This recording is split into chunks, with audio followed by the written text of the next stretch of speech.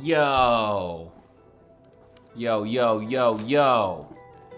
Welcome back, welcome back, welcome back to another episode of Son of a Preacher Man. As always, I am your host, the Soap Man. Now, we just gonna jump right off into it with this last installment of the Genius of Moses. In my last video, we talked about how the genius of Moses cast his name into myth and legend as the worker of miracles.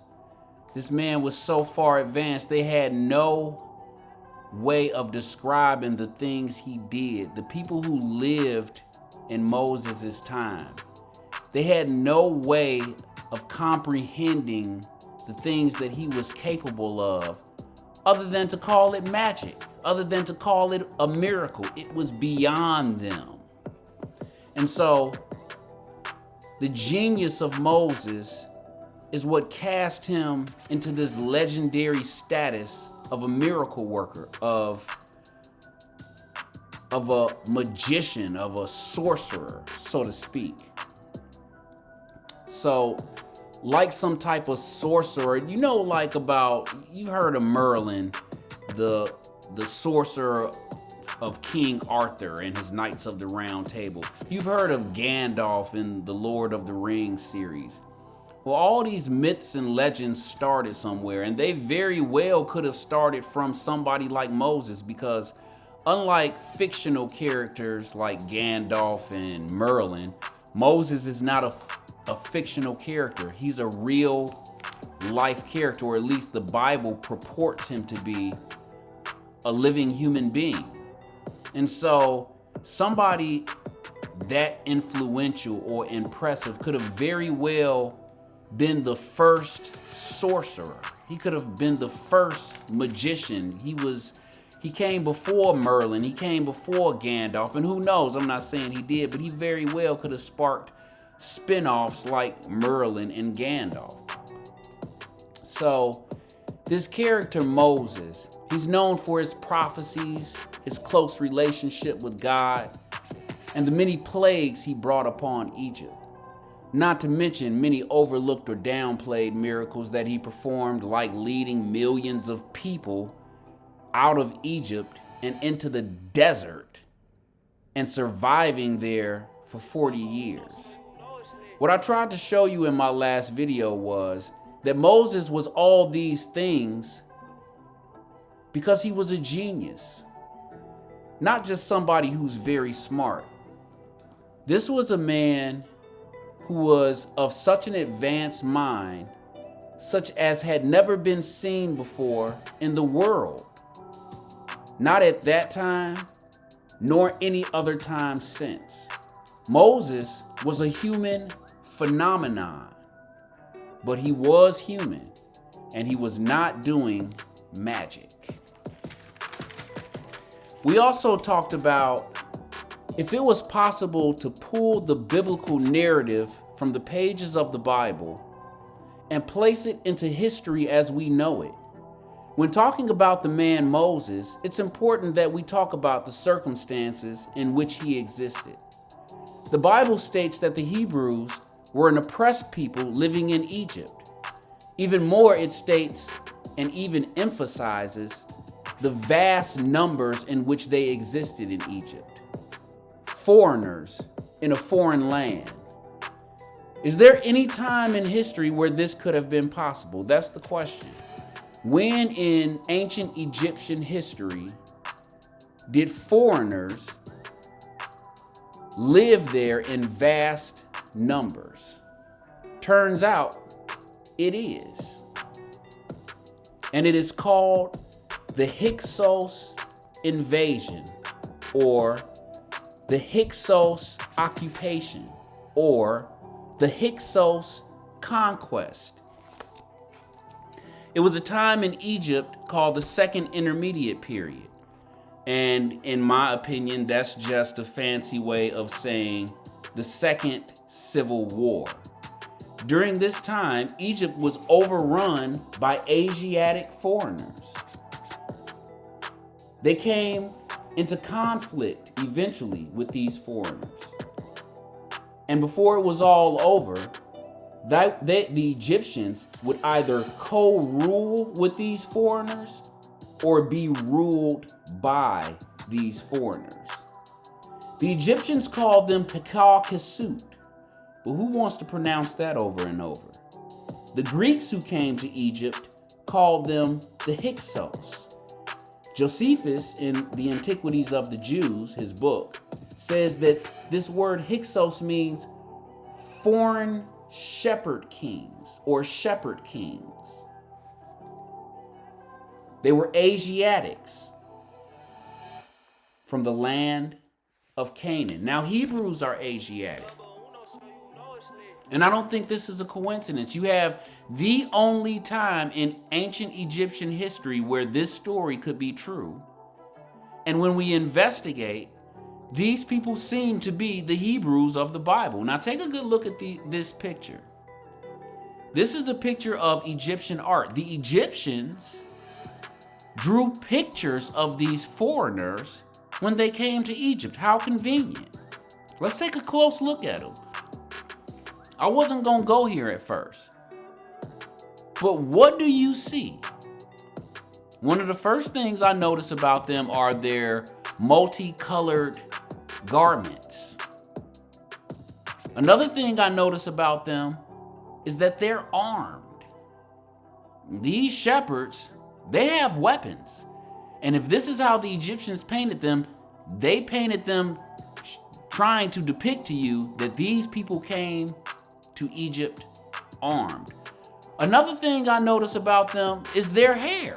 Look at their hair and their beards. Do they look black to you? They don't look black to me. I'm a black dude. I think I qualify as having, some type of authority on the subject. Now, a lot of black people will say, well, they're light-skinned black people. And I get that. Oh, how I wish that I could agree and tell you that they was light-skinned black people. They don't look like any light-skinned black people I know. Look at their hair. Their hair is straight. I think as a black person, as a black man, it's important for this to come from me. And a lot of black people may get mad at me for saying it, but don't get mad at me. I didn't paint the picture. I'm just asking you. I have an opinion like everybody else. They don't look black to me. Do they look black to you? And don't shake your fist and get mad at me. Get mad at the Egyptians. They painted pictures of these people when they came to Egypt, and this is how they depicted them. Here's another picture.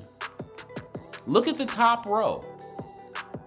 You'll see the Egyptians distinguish themselves from these foreigners. They paint themselves as a little darker.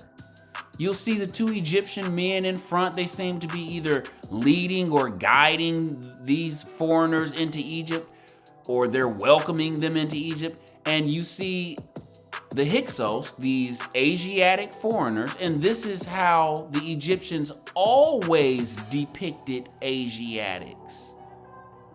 This wasn't the first time that they had saw Asiatics. This was the first time that an Asiatic group was moving into Egypt and settling there. They have their animals, so it goes in line with the fact that they were shepherds. You can see here that the name Hyksos, Shepherd King, it correctly identifies them. They are shepherds. You see the multicolored garments. You see they have bows, they have spears, they have donkeys laden with wares. These people are shepherds. They are Asiatics because the Egyptians painted them and depicted them as Asiatics, and furthermore, the Egyptians call them Asiatics. When the Egyptians write about these people, they call them Asiatics. Look at the bottom half of the picture. You'll see Hyksos women. Look at their hair. Their hair is long and straight. Do those look like black people to you? I mean, it's just a simple question. They either do or they don't. Maybe they do look like light-skinned black people to you. Maybe they look like mixed black people to you. But to me, they don't. They don't look like black people to me. And so it's because of evidence such as this and other evidence that is equally qualifying, equally substantial, equally significant, and equally authentic, it's because of the preponderance of evidence that I do not believe that the original Hebrews were black. This is how the Egyptians painted them. These pictures haven't been doctored. They haven't been tampered with. The skin color on them, on these photos, hasn't been lightened. And I'm not saying that there are not instances where that has happened. I'm just saying it didn't happen with these photos. This is a photo that a friend of mine sent me. She's a black Hebrew Israelite. Now, I don't know if she'll be my friend after saying what I'm about to say, but she made a credible point. She said, well, this is a picture of the Hebrews too. This is a picture of Hebrew slaves working in Egypt. And she says, you can't tell them, they don't look any different than the Egyptians. She might have said black people, but they look like Egyptians in this picture to me. And some may even argue that these people in this picture are black. So it seems to contradict what I just said about them, the original Hebrews, not being black. Well, they're depicted here as Asiatics. They're called Asiatics. You can clearly see they're different from the Egyptians also in the picture. So how can it be that the Hebrews look like Egyptians in this picture? Well, tell me, what's the difference between these two pictures? I'll go back and forth. Because both pictures can be true. Both pictures, I believe, are authentic. But tell me, what's the difference between these two pictures? Between the picture where they're working as slaves and they're dark skinned, and the picture where they're clearly light skinned. I'll tell you. The picture you're looking at is how they looked when they first got to Egypt. This is a depiction of the Hyksos, or Hebrews, when they first arrived in Egypt. This, however, is a picture of the Hebrews hundreds of years after they had settled in the land of Egypt. And by this time, they had been enslaved. So let me ask you, after a couple hundred years of working in the hot sun, after a couple hundred years of assimilating with Egyptians, Greeks, Africans, and whoever else was in the area, is it hard to fathom that they would look different? Is it hard to fathom that, considering all of the factors, them mixing with the indigenous Egyptians, mixing with other populations that were in Egypt, hundreds of years of being enslaved in the hot sun, is it that hard to imagine that they would start to look like the people that were around them? Is it that hard to imagine that working in the hot sun, they'd have a bit of a tan in addition to looking like the Egyptians that were around them? I'm pretty sure some of them still were light-skinned when they mixed with the Greeks or when they mixed with the Phoenicians. Look, nobody's trying to say there aren't black Jews. That's not the argument I'm making. Soap Man don't argue against facts. And the fact is, there are black Jews. But it is also a fact that the original Hebrews, when they came to Egypt, were not black. If you have a black Jew, that means at some point, these Asiatic people mixed with Africans. Thus, black Jews. Furthermore, for the people that's going around and saying that current Jews aren't Jews and that black people are the real Jews, I'll refer you to Genesis 12:3. And this is what it says. I will bless them that bless thee, and I will curse him that curseth thee. And in thee all the families of the earth shall be blessed. Now, what does that mean to you? I will bless them that bless thee. He's talking about the nation of Israel. So if you a black person and you coming up to Jews who are authentic Jews and you telling them, well, you not the real Jews, we are you blessing those people or are you cursing those people? Now, if you right, more power to you. But if you wrong and they are genuine and authentic Jewish people descended from the nation of Israel, and you telling them that they phony Jews and that you're the real Jew, are you blessing them or are you cursing them? And in return, what is God going to do to you? Is he going to bless you or is he going to curse you? Now, the question should be, how did these people get there in the first place? Why did they come? The Bible states that these people were slaves. And I believe there's evidence to support that statement. But history doesn't say anything about these foreigners being slaves. It just says that these foreigners would eventually come to power and take over the land of Egypt.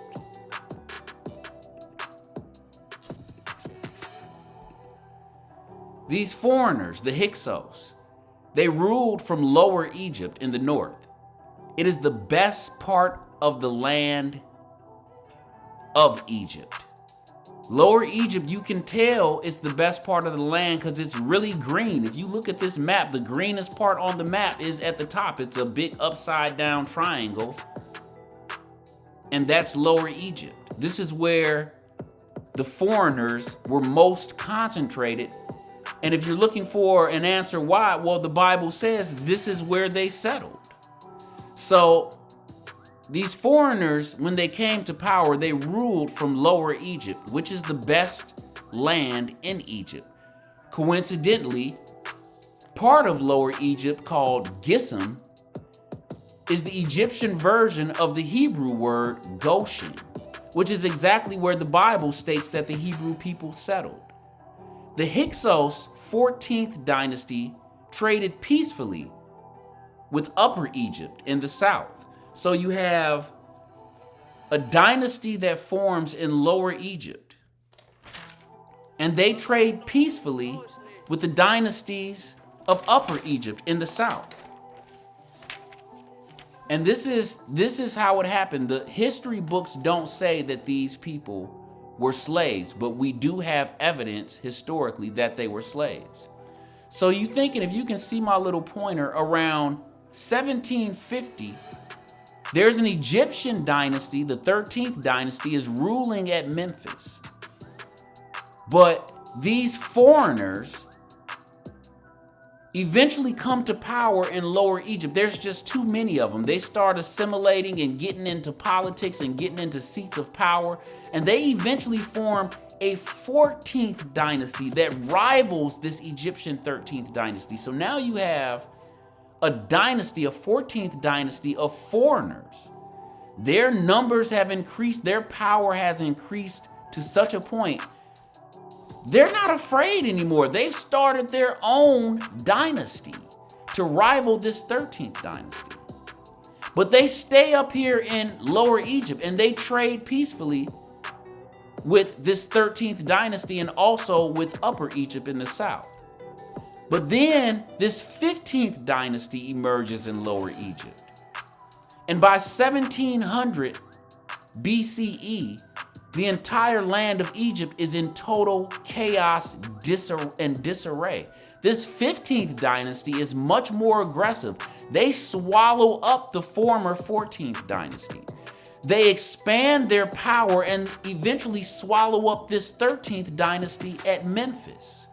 So this 15th dynasty is much more aggressive than the former 14th dynasty. Meanwhile, a 16th dynasty of Egyptian pharaohs forms down here at Abydos. And a 17th dynasty of Egyptian pharaohs forms down here at Thebes. Now, as I said before, the 14th dynasty, they traded peacefully. They may have had butt heads with the 13th dynasty at Memphis, but they found a way to get along and to trade peacefully with the 13th dynasty and also with the southern rulers in Upper Egypt. But not this 15th dynasty. The 15th dynasty would have war. And they would eventually travel their way and make their way down the River Nile, gobbling up territory as they go, flexing muscle, expanding their influence all the way till they get to the doors of Thebes. And when they get to the gates of Thebes, they will have war with the Theban Egyptian pharaohs. Now, the capital city of the Hyksos is a city called Avaris. They have many cities in Lower Egypt, but their stronghold, their greatest city and headquarters, is the city of Avaris. Most of the Hyksos pharaohs ruled from Avaris in Lower Egypt. This city was destroyed during the Hyksos expulsion, and the city of Ramses was built atop its ruins. Which is why there is no evidence of Asiatic foreigners in the city of Ramses. They weren't there. When the Bible says that the Hebrews built the city of Ramses, it's not talking about the actual city of Ramses. We know this because there is not one scintilla of proof to suggest that a Hebrew was ever there. However, there is overwhelming evidence that Hebrews not only populated, but populated in vast numbers for the time period that that city existed. It was considered one of the biggest cities on the planet Earth, one of the most populated cities on the planet Earth. And this city, Avaris, there is overwhelming evidence of Hebrews there. So the Bible speaks about a man called Moses, and he's supposed to be this great ruler who springs up one day in Egypt, wrecks shop with magical plagues sent by God, and frees millions of people, while simultaneously, single-handedly bringing Egypt to its knees. Well, this ancient Egyptian scroll called the Turin List gives us a list of many rulers and governors during the Second Intermediate Period, including the names of the 14th and 15th dynasty pharaohs who either ruled alongside Egyptian pharaohs or ruled over Egyptian pharaohs. Now, how convenient, because we were looking for a foreign people living in Egypt. The Bible talks about a foreign people existing in Egypt, and then it says they multiplied to vast numbers. And when we look into ancient Egyptian history, we find exactly that. We find a time period called the Second Intermediate Period, where Asiatic foreigners, which happen to be what Hebrews are, Asiatic foreigners are existing in vast numbers in Egypt. So much so that they form a dynasty of their own, which eventually takes over all of Egypt. And conveniently, for our researching pleasure, we have the Turin King list, who gives us a list of the names of those rulers. The Bible says that Moses was a great ruler who came up out of the ranks of these foreigners. And here we have the great rulers who came up out of the ranks of these foreigners on this list. They ruled as pharaohs. So we're looking for a foreign ruler of Egypt. And we have a historical document listing the foreign rulers of Egypt. So of these foreign rulers, do any of them remotely resemble the biblical figure Moses? Turns out one does, and only one does. And his name is Apepi or Apapai. Or if you were living in Egypt, you would have heard it pronounced as Abupi. Yeah, I love saying it like that. I truly do. So, this guy Apepi, he's a very peculiar figure. Of all the Hyksos kings, his name stands out. He's the most successful out of all the Hyksos rulers. And here's the thing. Don't even say, well, the Bible talks about a man named Moses, not Apepi. The Bible doesn't say anything about anybody named Apepi. It says something about somebody named Moses. Well, here's the thing. Apepi is not this guy's real name. Apepi is a throne name. I believe, and many people may disagree with me, but I believe Moses is Apepi, and he took this name Apepi from Apep, the Egyptian god of chaos and destruction. Apep is the Egyptian god of chaos and destruction, and he is depicted as a great serpent, like the picture you see on your screen. Many scholars do not believe Apepi's name is associated with the Egyptian god Apep, but I do. I believe this person, Apepi, was sending a message to the Egyptians by using the throne name Apepi. And what he was saying was, watch out. See, let me explain something to y'all.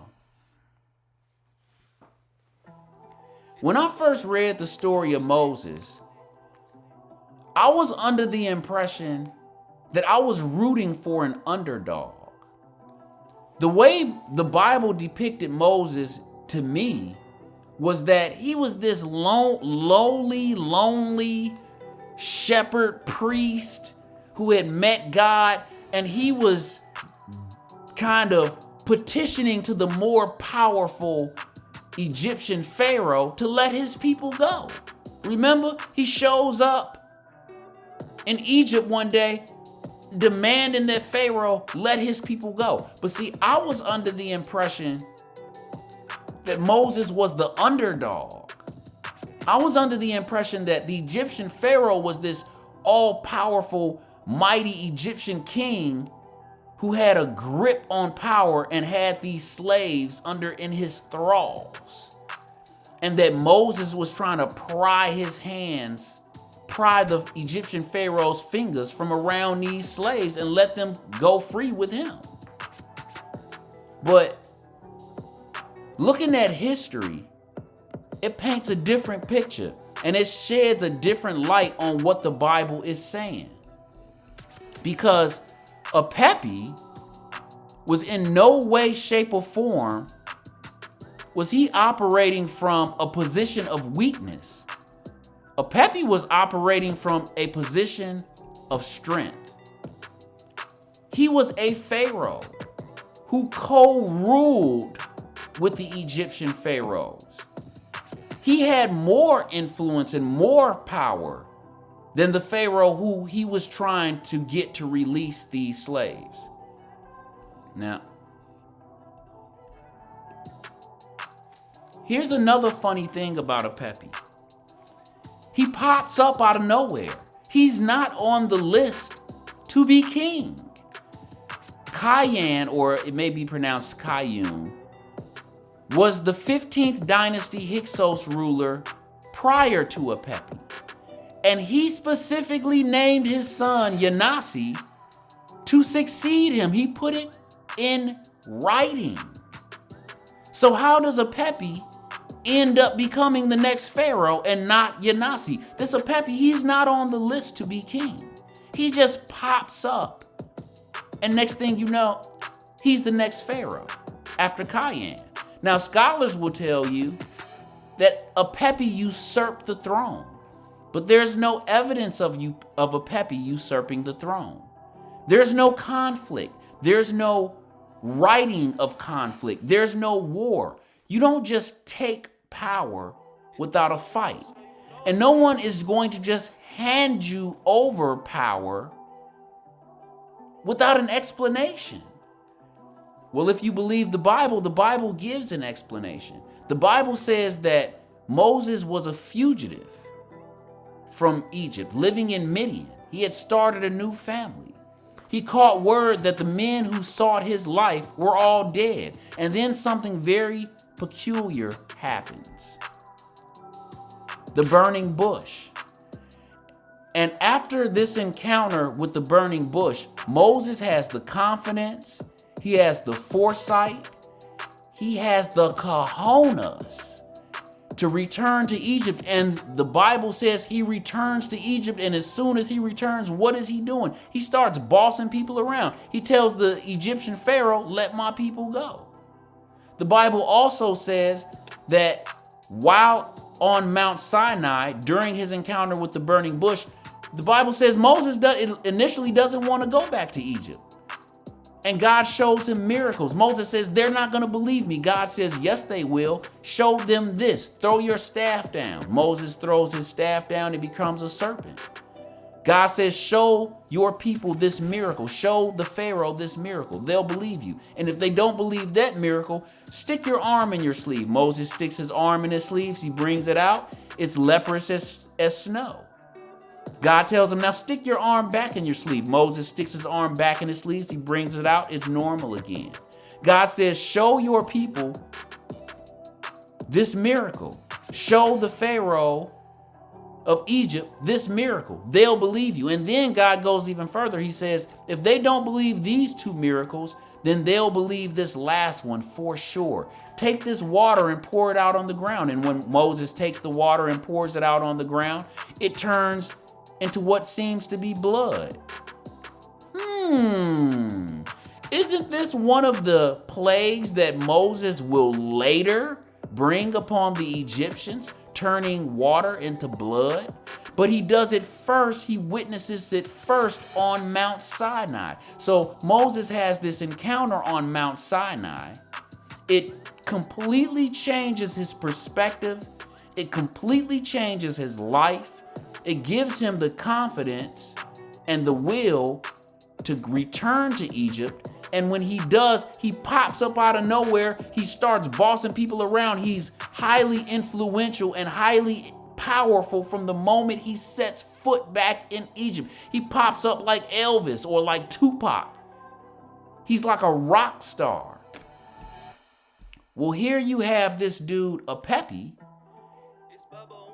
I understand his name isn't Moses. We don't know his real name. We only know his stage name, his nickname, his throne name, his Pharaoh name. We don't know his birth name. But this individual, like the biblical Moses, just pops up in Egypt and takes over. He takes rule. He's an Egyptian foreigner living in Egypt, like the Bible says.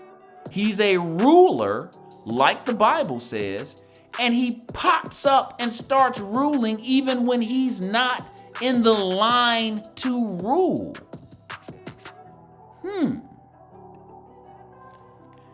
A Pepe rules from the Hyksos stronghold of Avaris in Lower Egypt in the north, or what's also called the Nile Delta.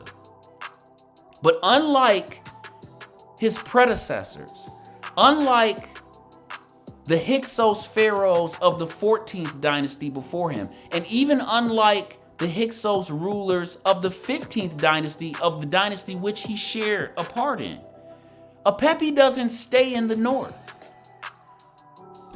Instead, he causes and wreaks complete and utter havoc down up on the Egyptians, just like the Egyptian god Apep. This is why I do not think it is a mere coincidence that there is an Egyptian god named Apep and a foreign ruler calling himself a Pepe. These foreigners have been mistreated by the Egyptians for a long time.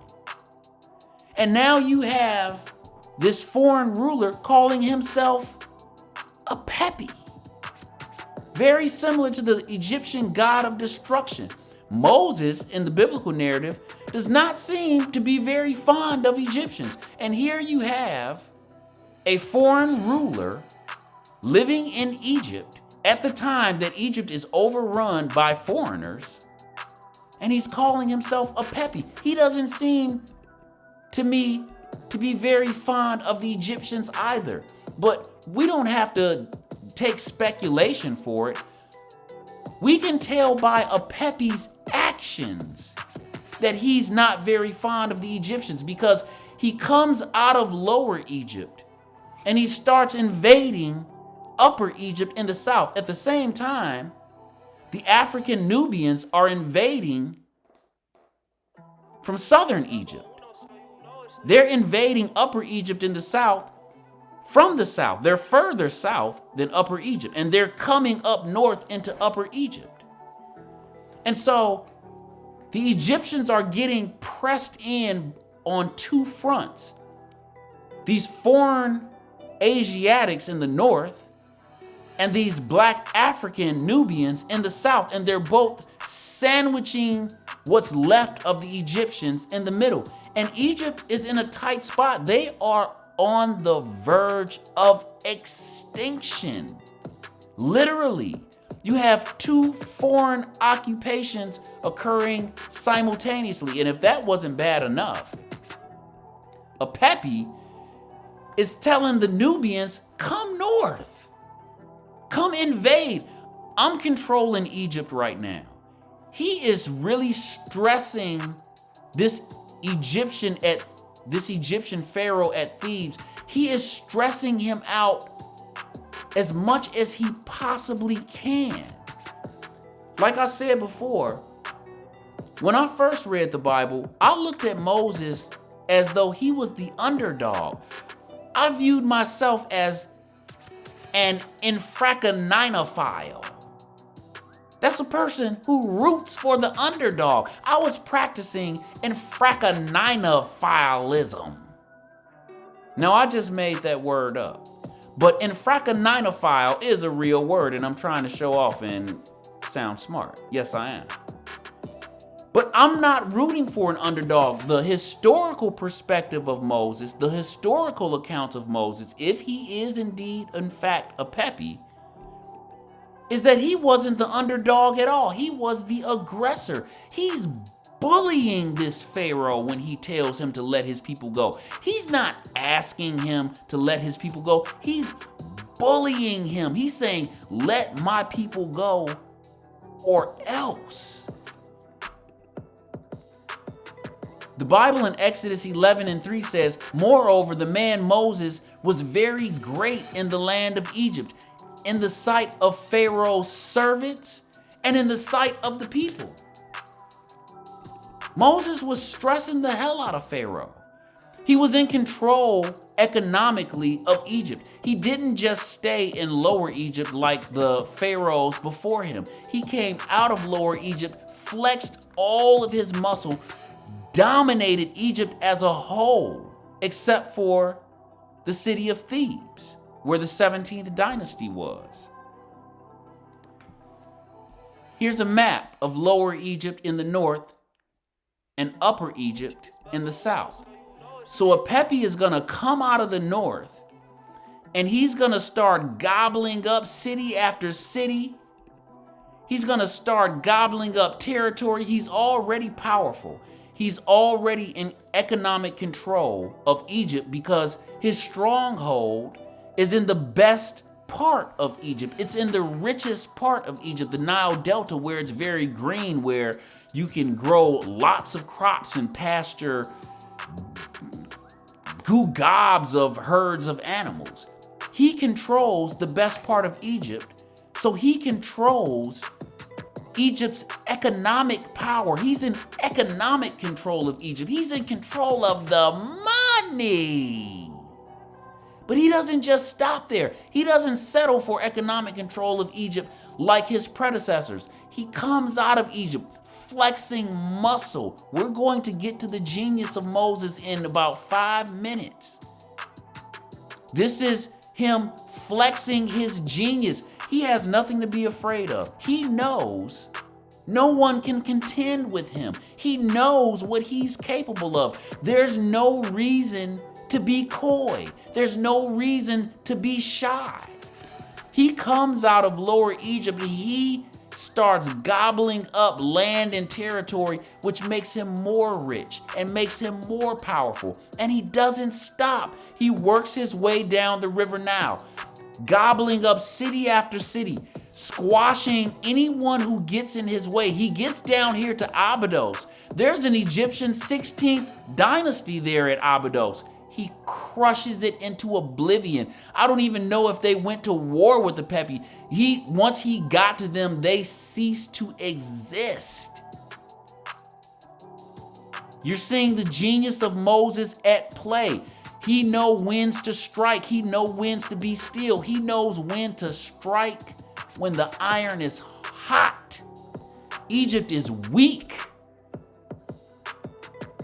They're occupied in the north in Lower Egypt. Pepi has total dominion. They're being invaded from the south by African Nubians. The Egyptians are weak, and Moses knows it. On top of that, he's bringing plague after plague after plague upon the Egyptians. He's hitting them with the straight, he's hitting them with the jab, he's hitting them with the uppercut, he's hitting them with the left hook. He's hitting them everywhere but under their feet. He's bringing plagues on them. He's taxing the Egyptians all over Egypt heavily. They can't even afford to resist him. They can't even afford it. They can't afford to put together an army. He's crippling these people, and he's doing it for a reason. What does he want? What does this man want? He defeats this 16th dynasty at Abydos. He doesn't stop there. He continues plowing his way down the river Nile until he gets to Thebes. What does he want? Well, if you believe the Bible as a historical account, he wants the Egyptian pharaoh at Thebes to release those slaves. It's the reason he came back. He's not doing all this for power. He does not plan to stick around and rule Egypt. He wants those slaves if you believe the biblical account. But let's take the biblical account out. We're just looking at the historical account. This man, Pepi, plows his way down. He flattens this 16th dynasty at Abydos. He gets to Thebes and he makes war with the Egyptian pharaoh at Thebes. The Egyptian pharaoh and his people at Thebes. And he does it with a letter. Here's the thing. Understand this. Pepi comes down the river Nile and he comes down to Thebes and he picks a fight with the pharaoh at Thebes. And he defeats this pharaoh at Thebes. And let me tell you how he does it. With a letter. You are about to witness the genius of Moses. You are about to witness the genius of this man and why the things he did seemed like magic. Now let's go back. Understand this. Pepi comes down the river Nile from Lower Egypt into Upper Egypt. He wants to pick a fight with the Egyptian pharaoh at Thebes. Now, the Egyptian pharaoh at Thebes, the smart thing for him to do would be to stay in Thebes. Let Pepi attack him. A siege is a long, hard war. Now, I'm not saying Pepi couldn't have won if he laid siege to Thebes, but it would have been harder to do. And if you were the Egyptian pharaoh at Thebes, you've been trained in military tactics. You know how to defend your own keep. But the Egyptian pharaoh at Thebes doesn't do that. He comes out. He comes out of Thebes and he fights. Why? Why did he do that? Because of a letter that Pepi wrote him. Apepi defeated this man with a letter. He fell right into Apepi's trap. Understand something. Understand completely what I am saying. This man, Apepi, was a genius. He defeated this man with a letter. Apepi's over 500 miles away in Avarice. He needs this man to come out and fight. How does he do it? He writes him a letter, and the man comes out and fights. Ladies and gentlemen, you have to take it from the soap man. I've sprang a few traps in my day. This letter that Apepi writes the Pharaoh at Thebes, it's a trap. The letter is a trap. He gets this Egyptian Pharaoh at Thebes to do exactly what he wants him to do. He wants him to come out and fight. Make it easy for me. Come out and fight. How does he do it? He writes him a letter. It's called the quarrel betwixt pharaohs, or the quarrel between pharaohs. But it's not really a quarrel. If you read the letter, let's read the letter. This is the genius of Moses. You are witnessing it right before your eyes. Because if Apepi is in fact Moses, then with this letter, we have writings by Moses outside of the biblical narrative. If Apepi is in fact Moses, we get a sneak peek into his military tactics. And when you research and observe and study this letter as a military tactic, as the trap that it is, what you witness is the genius of this man. Let's listen to what he says. This is from Apepi to the Pharaoh ruling at Thebes named Second Ratel. He says, from the great Apupi, the king of the north, to Sakin-Ra in the south. The sound of the hippopotamus annoy us, and I order you to exterminate them. I also command you to give up the worship of Ammon and worship our great god Sotik.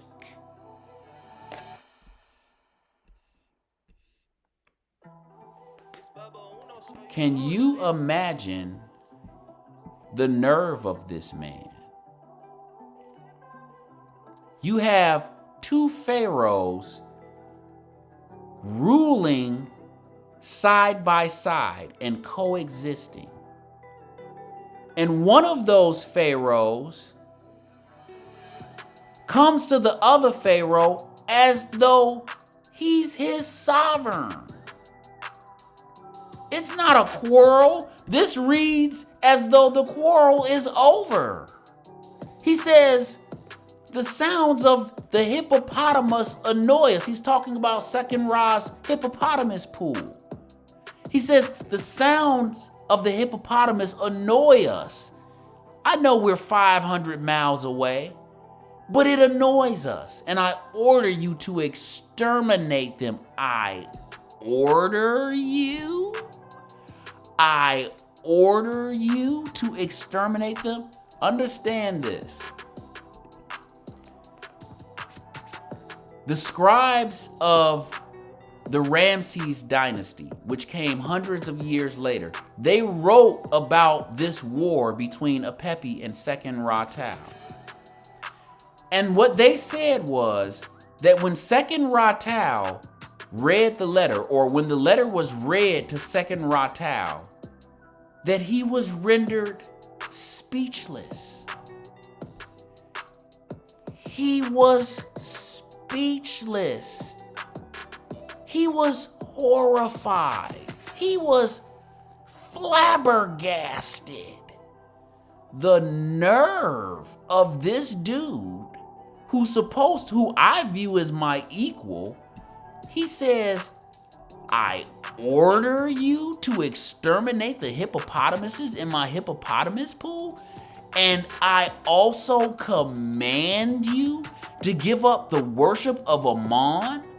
Ladies and gentlemen, Ammon is the chief god in Egypt. He's the Jesus of the Egyptian gods.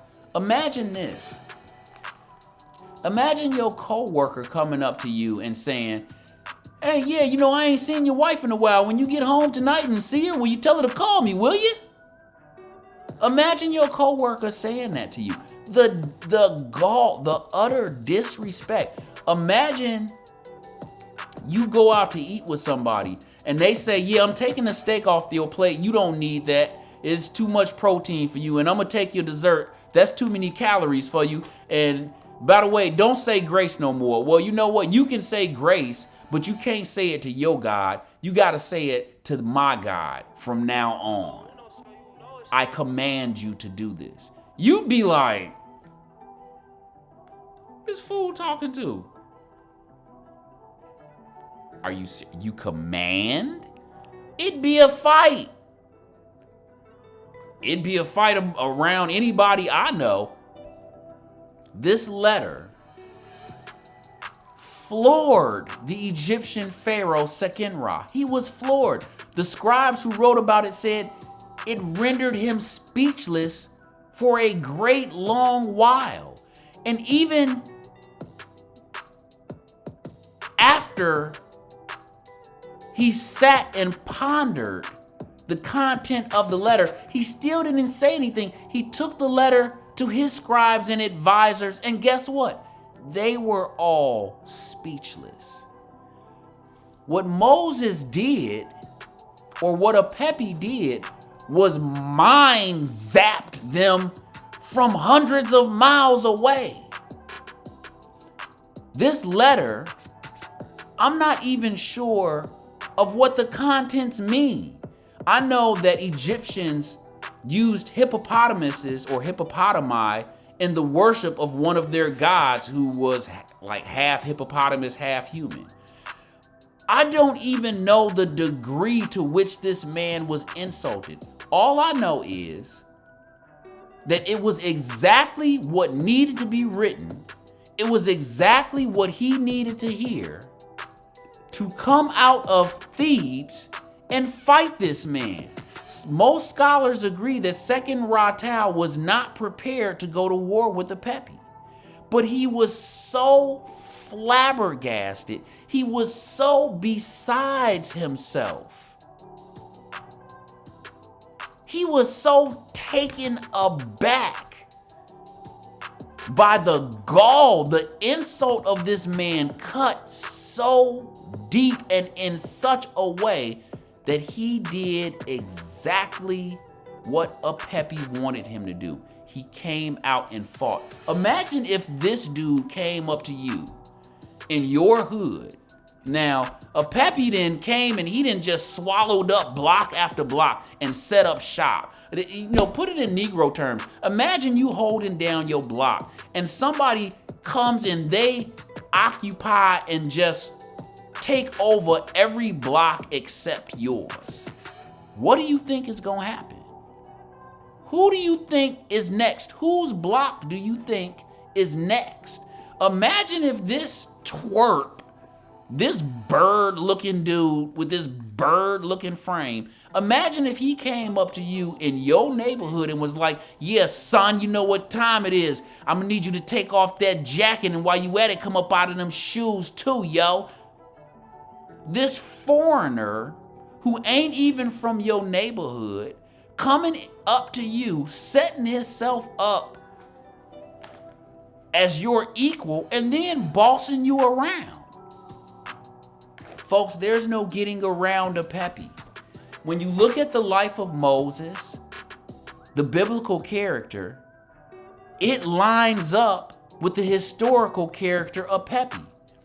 In the biblical narrative, Moses is a foreigner. He's a foreign ruler exerting his influence in Egypt. Apepi, or Apophis, is a foreign ruler. He's a pharaoh, and he's exerting his influence all over the land of Egypt. So Pepi comes out of Lower Egypt, and he comes and gets to the gates of Thebes, and he draws the Egyptian pharaoh and his army out, ill-advised, unprepared. He draws them out to fight. Genius! Now, Seqen-Ra-Tao makes war with the Pepi. He comes out all guns blazing. Can you blame him? Pepi has gotten in his brain. He's gotten under his skin. He's got him right where he wants him. He's toying with him. He's got him on strings like a puppet. Now, if we all know the biblical narrative of Moses, we know that Moses militarily is no joke. In the Antiquity of the Jews, a book written by Flavius Josephus, Moses goes to war with the Nubians. He's an amateur. It's his first time going to battle, and he annihilates the Nubians in spectacular form, sacks their capital city, and marries their princess. They become his allies. So, in his first time out at battle, according to Flavius Josephus, he wins the battle not only decisively, but in utter spectacular way, in spectacular fashion. He defeats the Nubians. I mean, and the Nubians are no joke. They are among Egypt's chiefest of rivals. And Moses defeats them handily, his first time ever out at battle. If we also look at the biblical narrative, we see what Moses does to the Egyptians. He brings plague upon plague upon plague after them. He humiliates them. He utterly brings the entire nation of Egypt to its knees. So we know Moses is no joke when it comes to war, when it comes to conflict, when it comes to a fight. Moses is the last person you want to fight, so it seems. So we look at this person of Pepi. He comes down the river Nile, he comes to Thebes, and he gets into a fight with the Theban pharaoh Seqen-Ra-Tao. Now, I emphasized this before. When you pick a fight with Moses, you are going to die. According to accounts from Flavius Josephus, the man is efficient at what he does. He's like Wolverine. I'm the best there is at what I do, bub. He's the best there is at what he does. And when he does what he does, it is definitive and absolute. It's not a close call. It's not a close fight because it's not a fair fight. This man is a genius. He's in your head. He knows your moves. He knows if you're gonna change your mind. When you pick a fight with Moses, you are going to lose horribly. Look at the mummy of Seqen-Ra-Tao. This man was mauled. He has axe and spear and sword wounds all in his face. Now, the Bible says that Moses defeated Pharaoh at the Red Sea. So we know this Pharaoh cannot be the biblical Pharaoh of the Exodus. But Pepi's going to go to war with Seqen-Ra-Tao's son also. This, according to the historical records, Pepi goes to war with two pharaohs. But look at this first pharaoh that he goes to war with. This man has been utterly annihilated. So like the biblical character Moses, this historical character Pepi, he is no joke. And it is his genius that allows him to get the upper hand and leverage over his enemy. It's not only that. When you investigate Pepi, each and every aspect of his life and character lines up with the biblical Moses. We're looking for foreigners rule in a foreign land. We're looking for foreigners in the land of Egypt. And we find these foreigners in the land of Egypt. They're Asiatic, like the Hebrews are Asiatic. There's this great leader or ruler or holy man who emerges out of these foreigners in Egypt. We have a foreigner who emerges, who comes out of nowhere and just takes rule in Egypt. He's a foreigner. He's a foreign ruler, just like the biblical narrative. He's bossing people around just like the biblical narrative. Telling people who to worship. Telling people to exterminate the hippopotamuses. We have no proof that Apepi leaves Egypt.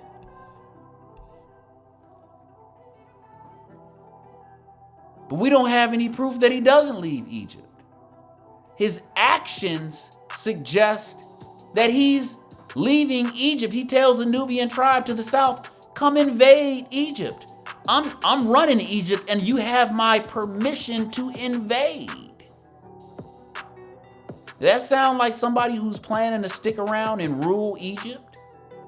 He tells his allies, the Africans in the south, come invade. He even tells them, we'll split the towns right down the middle. You take this town, I'll take this town. You take the next town, I'll take the next. I'll split the whole country with you. Come on, invade. Furthermore, Apepi, like the biblical character Moses, Apepi defeats a pharaoh. He defeats at least 2 pharaohs. We know he defeats Second Ra-Tau from the numerous holes in Second Ra-Tau's face. But Second Ra-Tau's son, Kamose, also goes to war with Apepi. And we don't know how the war ends. Because Apepi disappears out of the history books, and and Kamose, who is Second Ra-Tau's son, he dies. We don't know how he dies. History doesn't tell us everything. But if you take the biblical narrative and the historical narrative, they complement each other and they fill in the gaps. The biblical narrative says that Moses leaves. The historical account says that Apepi just disappears. He goes to war with Second Ra-Tau's son, Kamose. And we don't hear about him anymore. Scholars say he died. He was killed in battle. No one claims to have killed him. There's no tomb. There's no evidence that he died. If you believe the biblical account, Moses leaves. So that would make sense why Apepi, if he's Moses, that would make sense why he just disappears from the history books. Because the Bible, the biblical narrative says he leaves. He goes off into the desert. There are no scribes in the desert. There are no libraries in the desert. Nobody's making scrolls in the desert. And the Pharaoh that he's at war with, Kamose, who is the son of the Pharaoh he killed, Second Ra-Tau. Kamose, he dies. We don't know how he dies. He goes to war with Apepi and he dies. We know he dies. We have his mummy. He dies young. If you believe the biblical narrative, it tells you how he dies. It says that Moses drowned him in the Red Sea, away from Egypt. So, you have Moses doing miracles. Kamose writes about Apepi while he's at war with him, and he says that Apepi is divine, or he uses symbolism that suggests that Apepi is divine. Now, what Kamose is saying using the symbolism when he talks about Apepi or when he writes Apepi's name, what he's really saying is, we don't really know what this dude is. He's a magician. He's a sorcerer. He's a demon. He's a devil. He does these things. He brings bad weather. He predicts what's going to happen before it happens. He's divine. God likes him for some reason. God helps him sometimes. God fights for him sometimes. We don't quite know what he is or how he does the things he does. He does miracles. He's divine. That's what Kamose means when he's talking about a Pepe. He's like, this dude is weird. We can't put our finger on it. We've never seen it before. He does all kind of tricky things we can't explain. He poured water out, it turned to blood right in front of our face. He threw his staff down, it turned into a snake. He says it's gonna rain, it rains. He says flies are gonna come and flies swarm and cause all kind of diseases. He says people are gonna die and people die. And they die when he says they're gonna die. And these plagues come upon us when he says they're going to come upon us. It's as if he's doing it himself. Even if God is listening to him, he might as well be doing it himself, because the minute he asks God to bring a plague on us, the plague comes as if he has the very ear of God himself. This is what Moses is portraying. This is the show. This is the performance that he's putting on. But it's not magic. It's genius. It's genius. You are talking about a man who is well versed in the arcane arts. He is well versed in the sciences of our existence. He understands things about this world and this life that we could not possibly understand even today with our technology. He predicts the weather as though he has the whole Channel 9 newscast behind him. Furthermore, here's just an offhand comparison. The Bible says Moses marries an Ethiopian woman.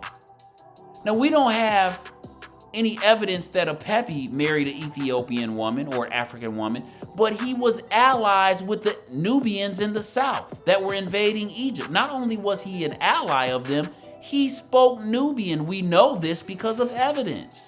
He wrote a letter to the Nubian king. So we have a foreigner, a foreign ruler living in Egypt. He speaks Egyptians. We know that because he wrote a letter to the Egyptian pharaoh Sakin-Ra-Tau. He speaks his native language, and he speaks African Nubian. What are the chances that we're looking for a guy named Moses, we find a Pepe, we know that Moses marries an Ethiopian woman, and a Pepe speaks African. There's no getting around him. Last but not least, and this should jump out to scholars more than it should jump out to anyone. I am so shocked that the scholars, the people who we look to know these things, I am shocked that they have not picked up on this last point. Moses, the biblical figure Moses, worshiped one God and one God only. Well, the Pepe worshiped one God.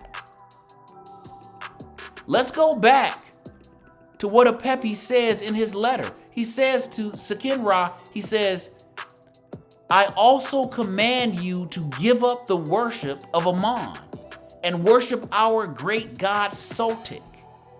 Sotik is the Egyptian god Seth, and it's the only god that a Pepe will worship. And not only that, a Pepe says, not only am I going to only and exclusively worship Seth, so is everyone else under my command, including any Egyptian who wants to call himself Pharaoh. A Pepe is taking power. He's throwing his weight around. He's being a bully. He must really want those slaves really badly. But it doesn't end there. We're going to finish up this episode on the genius of Moses because we have to move on. But I hope I've driven the point home that this was not magic that this man was doing. His legend stems from his genius. And he's not done. See, moving forward, we are going to talk more about Moses and some of his miracles. So I wanted to emphasize before we go any further that this is not magic that he's doing. This thing that we perceive as magic because we don't understand it is actually because we don't understand him. We don't understand Moses. He's too advanced for us. His mind is too advanced. He is of a superior thinking. And he's going to continue to be. It doesn't stop in Egypt. When Moses leaves Egypt with millions of slaves, mind you, this also is the genius of Moses. First of all, to convince millions of people to follow you into the desert to live. When has that ever happened? Before Moses or since? And to actually have pulled it off, to have successfully talked millions of people into following you into the desert, and to have successfully survived in the desert. You have to be a genius. You have to know what you're doing. You have to have had this planned out in some sort of way or fashion. But Moses doesn't stop with his miracles in Egypt. He's yet to show the Egyptians, who, by the way, this man, by his actions, has nothing but utter contempt for. Everything this man does shows that he loathes these Egyptian people. It's almost like he's getting revenge. But he's yet to pull off his greatest feat yet. He moves his millions of followers and leads Pharaoh to pursue him through the desert. And he comes to the Red Sea, where he will perform his greatest miracle yet. Oh, if the pharaohs and the people of Egypt, if they weren't wowed before, they're about to be wowed now, because Moses does what he's most famous for. He splits and divides the Red Sea. He safely transports millions of Hebrews through this split sea that comes crashing down upon the Egyptians when they try to follow. Now, if you thought Moses was a sorcerer before, after the Red Sea crossing, he's become a god to you. And the Egyptians believe in gods. They worship Pharaoh as a living god, as the human embodiment of a god. So if you thought Moses was some kind of warlock before, after his demonstration at the Red Sea, he's like a god. And if you didn't think Moses was a magician or a warlock or a miracle worker before, after the Red Sea crossing, you did. Exodus 7:1 states, "And the Lord said to Moses, see, I have made you like God to Pharaoh, and your brother Aaron will be your prophet." Indeed, Moses was every bit worthy of the mythical legend that he became, of the myth and the legend that we now know him to be. He was worthy of it. He deserves that title. He deserves that status. He did his thing. He did what no other man was capable of doing. And when we continue talking about him, we're going to look at many more miracles performed by Moses. But I hope you get a better understanding as we go through the many miracles of Moses, is that it's not magic that he's doing. It's brain power. It's genius. This man is a superhuman with superpowers. And his superpower is that he is a genius. So with that being said, I'm glad we finished up and wrapped up this last episode on the Genius of Moses. I'm excited and anxious to move forward. I appreciate you sticking around with me. I hope you learned something. I'll see you next time on Son of a Preacher Man. Same soap time, same soap channel. And we'll pick up what happened to Moses after he left Egypt. What happened to Moses and the Egyptians? What happened to Moses and the Hebrews after they crossed the Red Sea? They've gotten out of Egypt. They've defeated their enemies. Now what? Now what? So we'll dig into that on the next episode of Soap Man. Yo, I'm out.